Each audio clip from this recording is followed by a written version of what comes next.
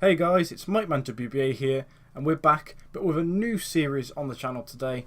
We're not doing progress, we are here with a new series that I'm calling Guerrilla Warfare, and as I'm sure you can guess, and as you can see, we are playing as Super Dragon, the owner of Pro Wrestling Guerrilla.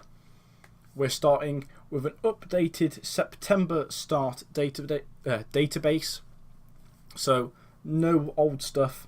We're up to date, we've got better workers, updated titles and everything, updated people that are working for WWE, so we won't have people running about that aren't that shouldn't be, basically. So we're going to get straight in. We are booking Battle of Los Angeles for this year, which obviously happened a couple of weeks ago. Had a 5-star match in it. We've changed it up a little bit. We've got a couple of people that couldn't be in the tournament for certain reasons. Jonah Rock, who faced off against Zack Sabre Jr. in real life, he's not in the database, so we've had to replace him. We've replaced him with David Starr. Flash Morgan Webster, bearing in mind I'm on Friday of the first week of the game, Flash Morgan Webster got injured already and is out for 15 months with a brain injury, so he's unfortunately not in it. He's been replaced by Joey Ryan. And I've also replaced Sammy Guevara with Jack Evans, which I'll be honest is entirely because I just don't have a picture in this picture pack for Sammy Guevara, and I did for Jack Evans. So we've made 3 changes to the lineup for the Battle of Los Angeles, but let's get straight in. We've got a 7-match show, no angles today, just pure matches. We've changed the tournament format around a little bit, so you won't have the same people facing off against each other as they did in real life. We've changed it a little bit, but let's get straight into it. As in our opening match, in a bout that had decent wrestling but didn't have much heat, Desmond Xavier defeats Brian Cage in 9 minutes and 9 seconds by pinfall. Match getting the show off to a strong start, getting the crowd hotter. Xavier with a 37 and Brian Cage with a 50, which has given us a 45D rating overall. No worker improvements, unfortunately, but that's nothing to worry about, really. And a nice little start to the save. In front of course, as you would expect, a sold-out capacity crowd of 300 people at the American Legion Post number 308 in Reseda, California. Our second match is a decent match where Mr. Athletic Jeff Cobb defeats Joey Ryan in 10 minutes and 59 seconds by pinfall with a flipping body slam, which I assume would be Tour of the Islands. Might have to change some of the names for some movesets here. But Cobb with an in-ring performance of 46, Joey Ryan with a 50 for a 51D plus match rating. Slightly better than our first one, which is nice to see. Unfortunately, Cobb is not suited to his gimmick, so we might have to look at changing that.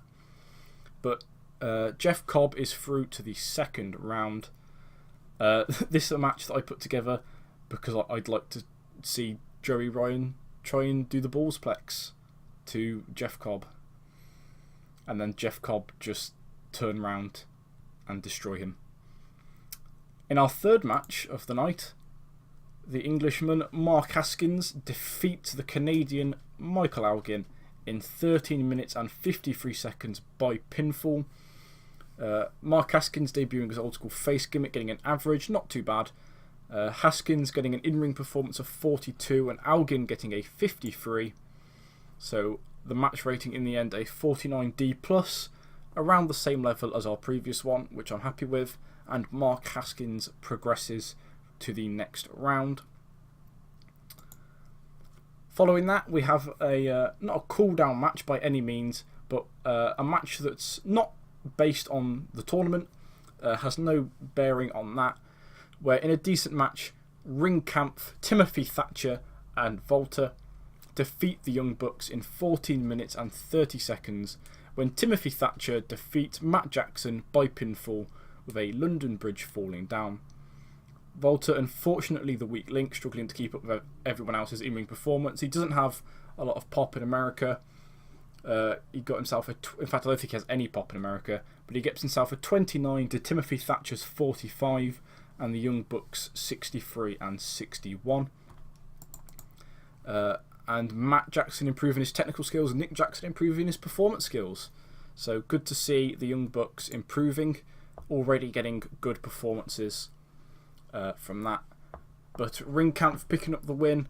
A little bit of momentum for Volta leading into the tournament tomorrow. I believe he has a match, but I don't think Timothy Thatcher does. No, Timothy Thatcher actually not in the tournament this year. Not sure why, but Timothy Thatcher not in the tournament. But Volta is, and he gets a victory here. So following that, we get back to the tournament, where in a decent match, Matt Riddle defeated Sami Callahan in 13 minutes and 9 seconds by pinfall. Matt Riddle debuting his great legitimate athlete gimmick. Unfortunately, the two men didn't seem to click and it made for an awkward bout. Matt Riddle getting an in-ring performance of 39 to Sami Callahan's 45, and the match getting a 47D rating overall. So a little bit unfortunate there, but could have been a lot worse. If they'd have clicked, that would have been a really great match. Next up, we have a bit of Mexican flavour with Penta al Zero Miem. I don't actually know how to say his name. I'm just going to call him Penta. Pentagon defeats Flowmeter in 12 minutes and 52 seconds by pinfall with a top rope styles clash. Flowmeter with an above average thrill seeker gimmick. Penta unfortunately off his game, but still picking up a 50 in-ring performance to Flowmeter's 42. No work improvements unfortunately, but another 52D plus match, which again, nothing to complain about really. As we move into the main event, where in a bout that had great wrestling and good heat, Ricochet defeats Matt Sidell in 14 minutes and 35 seconds by pinfall with a standing shooting star press. Ricochet getting an in-ring performance of 65, Matt Sidell getting an in-ring performance of 60. No worker improvements, but a match rating of 68C+, so a really, really good match to end off the night. Night 1 of the Battle of Los Angeles, as we get a 63C rating overall. The show increasing our popularity in only the one region because we don't have a broadcast deal yet. We're going to make a speech. We're going to compliment Ricochet. We're going to compliment the Young Bucks as well for their great performances. So they're all pleased about that.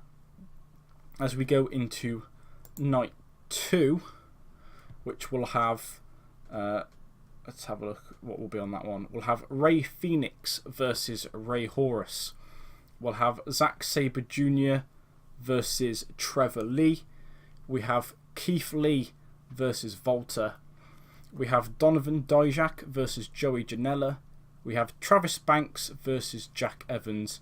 And we have the villain Marty Scurll against David Starr. But that is all for this episode, guys.